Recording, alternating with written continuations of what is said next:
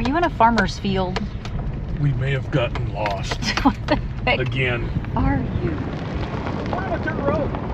Hey everybody, welcome back and thanks for traveling along with us. Well, after being on the road for a full year, we landed back in Montana. We got back to one of our favorite campgrounds, got to catch up with some of our favorite friends, even Kalohe caught up with her old friend Lila, and we picked up a new hobby that's sort of an obsession. Come on along and let's see what we've been doing. Welcome to What Doin'. We're Deb and Aaron, two retirees originally from Washington State who love to travel the country, make new friends, have new adventures, scuba dive, hike, cook, and just about anything outdoors.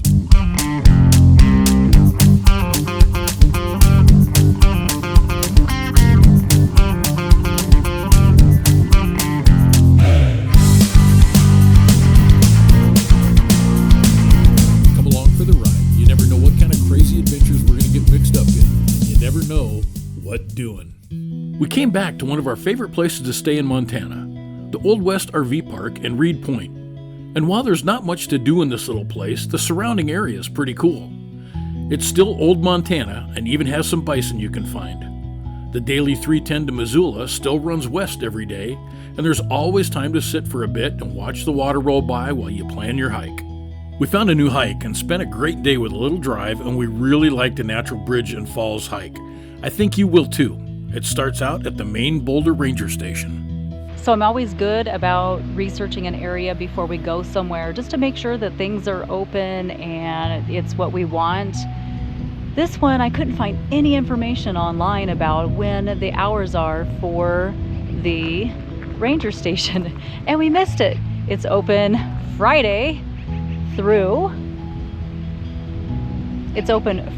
Sunday. We're here on Thursday, but you know, we're 50 minutes from Reed Point, which is convenient. We'll just come back.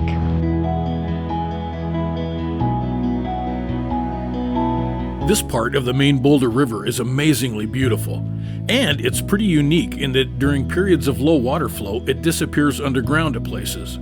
We hiked along the river and check out what we found.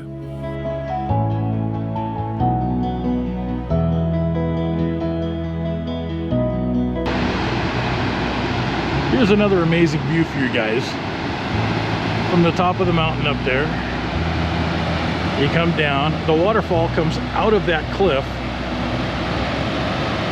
down into these big pools, turns, goes back underneath the cliff, makes another couple turns, a little teeny waterfall there, and goes back under over there. Wow. We're gonna keep going, see what else we can find. Go all the way down. He's fishing down there. Upper access, lower access.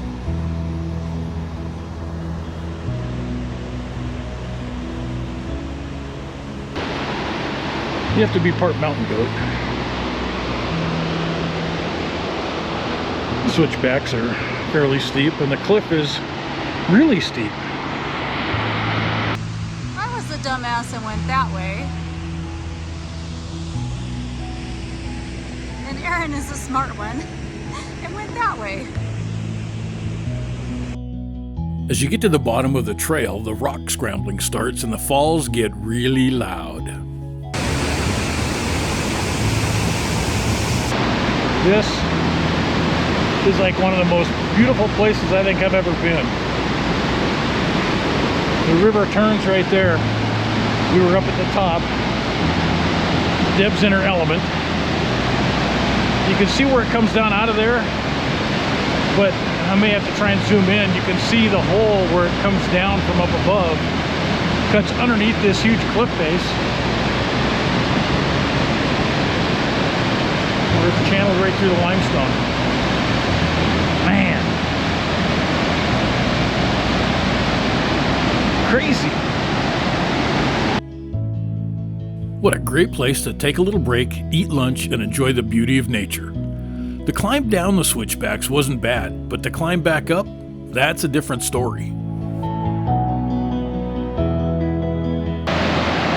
So we are back at the top of the falls, where we started this hike. What a calf burner coming back up. But you see where the water disappears right there, that's where it goes down under the natural bridge there and comes out at the other end at the base of the falls where we were. Incredible.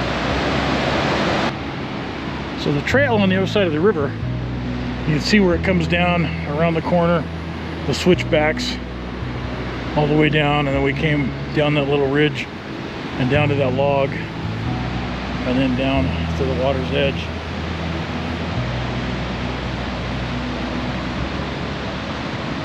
We're probably 200 feet above the level of the water down there. Heck of a climb, but it's cool.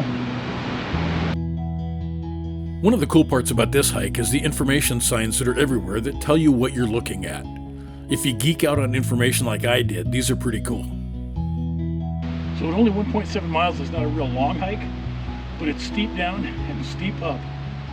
We started up here, went across the river, went all the way up. That was the big pool that we saw. And then we came back and did all of these through here. This is the steep part, getting down here, and then we walked up. That meadow was really pretty.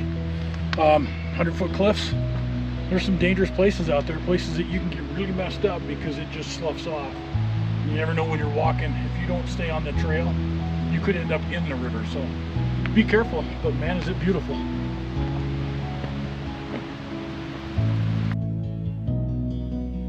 I love the interaction and different viewpoint I get when I'm flying the drone. Finding a good pullout on a country highway and being able to explore around the area is cool because you never know what you'll see that you might have missed from ground level filming with the GoPro or the camera. I'm always watching to make sure I'm not putting stress on the wildlife and watching how they interact with the drone. The deer seem genuinely curious, but the birds, they couldn't care less.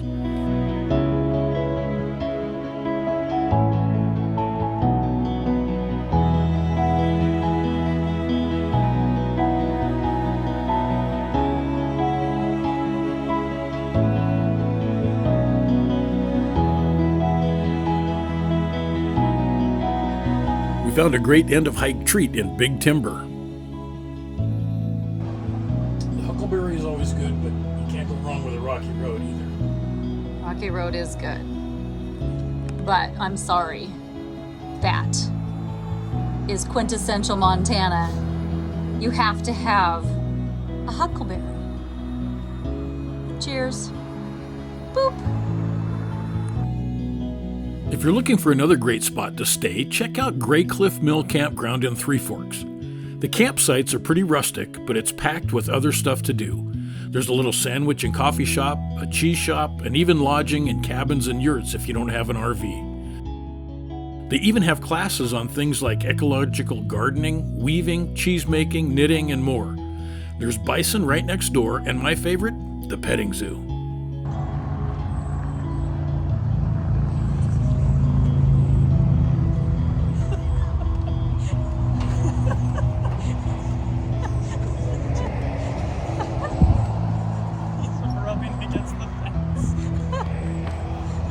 We did a ton of exploring for hiking and fishing excursions in the area, and as usual, it got us into some sketchy places.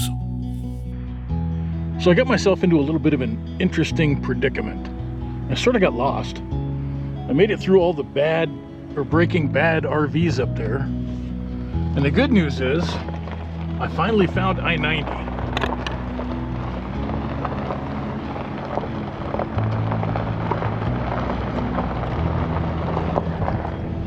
The bad news is, I don't think I can get to it from here. But I can get under it. This should be interesting.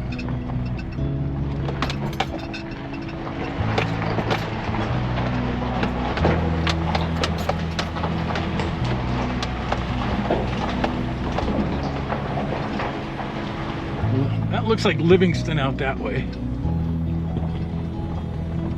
We'll see. Even though we found the sketchy spots, there's still some beautiful places left to explore.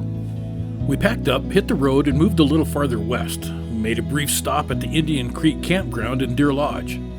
Since we're now Montana residents, this was a great time to get our fishing licenses and try some of the amazing lake and stream fishing that we've heard so much about. Now, one of the reasons that we kept the Chevy Colorado, his name is Doug, by the way, is for hauling our scuba gear for diving, driving the trailheads for hiking, and exploring the dirt roads and finding those great little fishing holes. One of the biggest lessons we've learned getting back into fishing like this is you really can't find a good fishing spot unless you're at least 175 miles off the pavement on a dirt road. I mean, how much more narrow can it get? What are you doing, honey? Trying to catch dinner. Dinner.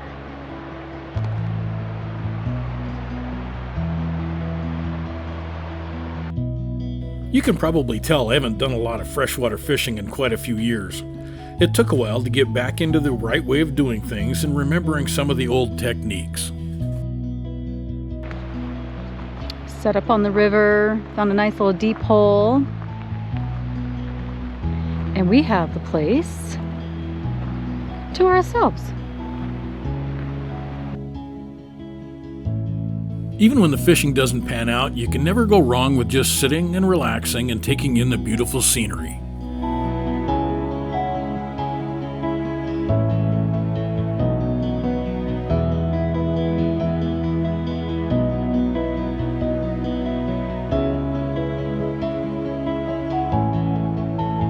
We love spending our time in Reed Point, Deer Lodge, and Big Timber exploring the area.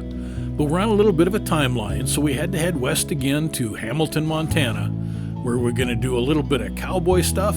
I'll introduce you to that new hobby we picked up and show you a whole lot more. We'll see you next time on What Doin'?